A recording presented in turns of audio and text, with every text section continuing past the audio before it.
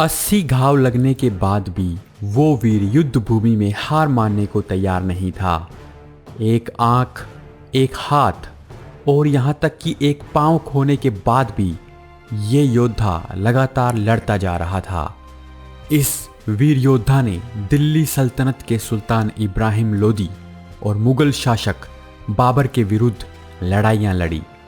युद्ध में हाथ, पैर और आंख तक खो देने के बाद भी वो दुश्मनों से मुकाबला करता रहा और उसकी मृत्यु किसी युद्ध में नहीं हुई, बल्कि एक धोखेबाज ने उसकी जान ले ली थी। दोस्तों, आज के इस वीडियो में हम बात करेंगे राणा सांगा के पूरे इतिहास के बारे में। लेकिन उससे पहले अगर आपने हमारे चैनल को अभी तक सब्सक्राइब नहीं किया है तो जल्दी से कर लें ताकि आपको हमारे वीडियोस की नोटिफिकेशन मिलती रहे। राणा सांगा का इतिहास बड़ा गौरवशाली और वीरता से भरा है। और हो भी क्यों ना, राणा सांगा ने मेवाड़ की उस धरती पर जन्म लिया है जिसने देश को बहुत से वीर दिए हैं। वो राणा कुंभा के वंशज थे जिन्होंने विषम परिस्थितियों में भी अपनी वीरता का लोहा पूरे उत्तर भारत में मनवा दिया था। राणा सांगा ने एक आंख, एक हाथ और एक पैर खराब हो जाने के बाद भी अपने कर्तव्यों का निर्वाह किया और युद्धों में आगे रहकर दुश्मनों का सामना किया। युद्धों में अपने हाथ और पांव खोने के बाद भी राणा सांगा का हौसला कभी कम नहीं हुआ। राणा सांगा राणा रायमल के पुत्र और राणा कुंभा के पोते थे। राणा कुंभा ने अपने समय में नागौर, नराना, अजमेर, सारंगपुर, बूंदी, खाटू, मोदलगढ़ तक को हराकर वहां पर अपना शासन स्थापित किया था।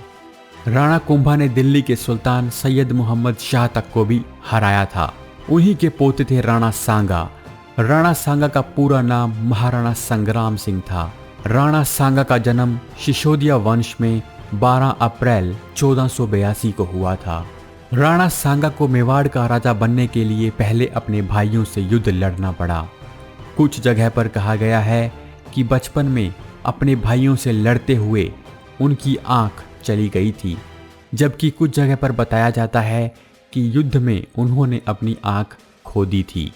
वो 1508 में मेवाड़ के राजा बने थे और उन्होंने 1527 तक मेवाड़ पर शासन किया। राणा सांगा के समय में मेवाड़ बहुत समृद्ध था।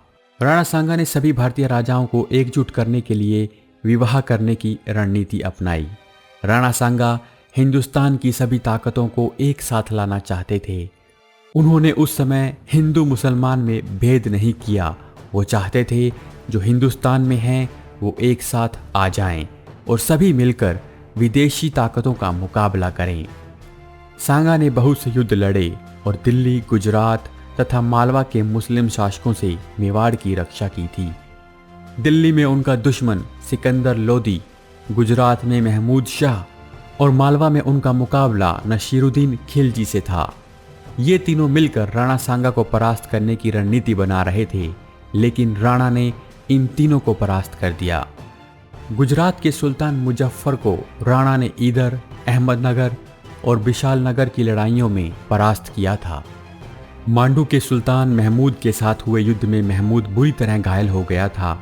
राणा ने उसे अपने पास रखकर उसका इलाज करवाया। वो 3 महीने तक राणा की कैद में रहा और बाद में फौज का खर्च लेकर उसे छोड़ा गया। इस बात से खुश होकर सुल्तान ने भी महाराणा की अधीनता स्वीकार कर ली थी। सुल्तान ने राणा को रत्नों से जड़ा हुआ मुकुट और सोने की कमर पेटी भी भेंट के रूप में दी। इस तरह महाराणा संग्राम का पूरा जीवन ही युद्धों में बीता था, लेकिन उनका देश को एक हिंदू राष्ट्र बनाने का सपना अभी बहुत दूर था, जिसके लिए उन्हें बहुत सी लड़ाइयाँ और लड़नी थी।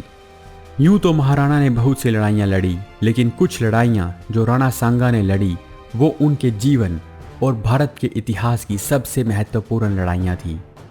इनमें से एक थी खतौली की लड़ाई, जिसमें राणा सांगा का मुकाबला इब्राहिम लोदी से था, और दूसरी लड़ाई जो कि सबसे महत्वपूर्ण मानी जाती है, जिसके बाद भारत में मुगल राज पूरी तरह से स्थापित हो गया था, वो थी खानवा की लड़ाई। खतौली की लड़ाई उस समय उत्तर भारत में 2 बड़ी ताकतें थीं, एक इब्राहिम लोदी और दूसरे राणा सांगा। राणा अपने क्षेत्र के विस्तार में लगे थे और सभी हिंदू राजाओं को एकजुट करना चाहते थे। ये सुनकर इब्राहिम लोदी सांगा को रोकने में लग गया। इस तरह दोनों की सेनाएं उत्तर प्रदेश के खतौली में एक दूसरे के सामने थी। 5 घंटे चली लड़ाई में राणा सांगा ने बड़ी आसानी से इब्राहिम लोदी को हरा दिया था। यहाँ तक कि राणा ने एक लोदी राजकुमार को भी बंदी बना लिया था, जिसे बाद में मोटी रकम लेकर छोड़ा गया। बताया जाता है कि इस लड़ाई में लड़ते हुए राणा का एक हाथ और एक पांव खराब हो गए थे। धौलपुर की लड़ाई। राणा सांगा से युद्ध में हारने के बाद इब्राहिम लोदी बहुत अधिक क्रोधित हो जाता है। दिल्ली का शासक होने के बाद भी वो राणा सांगा को नहीं हरा पाया था। उस हार का बदला लेने के लिए वो फिर से अपनी सेना को एकत्रित करता है और राणा पर हमला कर देता है। राणा से बदला लेने के लिए वो एक बहुत बड़ी सेना को भेजता है। लोदी की विशाल सेना राणा पर जबरदस्त हमला करती है, लेकिन धौलपुर की उस लड़ाई में भी लोदी की हार होती है। इस लड़ाई में हारने के बाद इब्राहिम लोदी के पास कोई विकल्प नहीं बचता और राणा सांगा की जीत के साथ ही उनका प्रभाव उस पूरे क्षेत्र में बहुत अधिक बढ़ जाता है। इब्राहिम लोदी के बार बार हारने की वजह से और अपने किसी भी मंत्री की बात नहीं सुनने की वजह से उसी के कुछ रिश्तेदारों ने बाबर को भारत आने का निमंत्रण दे दिया, जिसके बाद भारत में दिल्ली सल्तनत का अंत हुआ और मुगल राज की शुरुआत हो गई। खानवा की लड़ाई। खानवा की लड़ाई बाबर और राणा सांगा के बीच 1527 में लड़ी गई थी। पानीपत की पहली लड़ाई में बाबर ने इब्राहिम लोदी को हरा दिया था, लेकिन भारत में मुगल राज को स्थापित करने की जंग अभी बाकी थी। जब भारत में इब्राहिम लोदी का शासन था, तब लोदी के रिश्तेदारों और राणा सांगा ने ही बाबर को भारत में बुलाया था।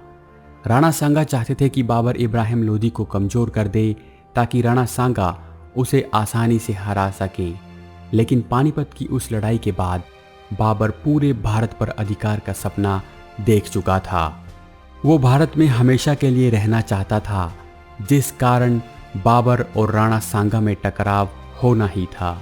राणा सांगा सभी हिंदू राजाओं को एकजुट करके एक हिंदू राष्ट्र की स्थापना करना चाहते थे और बाबर के रहते ऐसा नहीं हो सकता था। वहीं इब्राहिम लोदी की हार के बाद अफगान भी बाबर से बदला लेना चाहते थे। सिकंदर लोदी के छोटे बेटे महमूद लोदी ने राणा सांगा से हाथ मिला लिया और 10,000 अफगानों की फौज उनसे जुड़ गई। बाबर से लड़ने के लिए राणा सांगा ने राजपूतों को भी अपने साथ मिलाना शुरू कर दिया। मालवा के मैदिनी राव, मेवात के खानजादा हसन खान भी राणा सांगा के साथ जुड़ गए। वहीं बाबर ने भी कुछ हिंदू राजाओं को अपने साथ मिला लिया था, लेकिन फिर भी बाबर की सेना राणा सांगा की सेना के मुकाबले छोटी थी। राणा सांगा और बाबर की सेना फतेहपुर सिकरी के निकट खानवा नामक स्थान पर एक दूसरे के आमने सामने थी। बाबर और राणा सांगा के बीच युद्ध शुरू हो गया। राणा सांगा को लगा कि वो आसानी से बाबर को हरा देंगे, क्योंकि इससे पहले हुई कुछ छोटी लड़ाइयों में सांगा ने बड़ी आसानी से बाबर को हरा दिया था। इसके अलावा सांगा को लगता था कि उनके पास बहुत बड़ी सेना है। उन्होंने भी वही गलती की जो इब्राहिम लोदी ने की थी। बाबर और उसके सिपाही बार बार युद्ध लड़ने की वजह से युद्ध लड़ने में पूरी तरह निपुण हो चुके थे। साथ ही बाबर के पास तोपें थीं, जिनका इस्तेमाल भारत में उस समय तक बहुत ज़्यादा नहीं होता था। बाबर ने बैलगाड़ियों को आपस में बांधकर इनके बीच से तोपों से राणा सांगा की सेना पर प्रहार किए। राणा सांगा का साथ देने वाले छोटे छोटे राजाओं की सेना और सांगा की सेना के बीच आपसी तालमेल की भी कमी थी। जबकि बाबर ने इस युद्ध को एक धर्म युद्ध तो बनाया ही था, साथ ही उसकी अपनी सेना को कमांड करने की क्षमता भी अद्भुत थी। बाबर ने लड़ाई के बीच में ही प्रलोभन देकर राणा सांगा के लोदी सेनापति को अपने साथ मिला लिया था। इस लड़ाई में सांगा के चेहरे पर एक तीर लग गया, जिससे वो बेहोश हो गए। इसके बाद राणा के एक विश्वास पात्र ने उन्हें युद्ध भूमि से कुछ दूरी पर एक सुरक्षित स्थान पर पहुंचा दिया।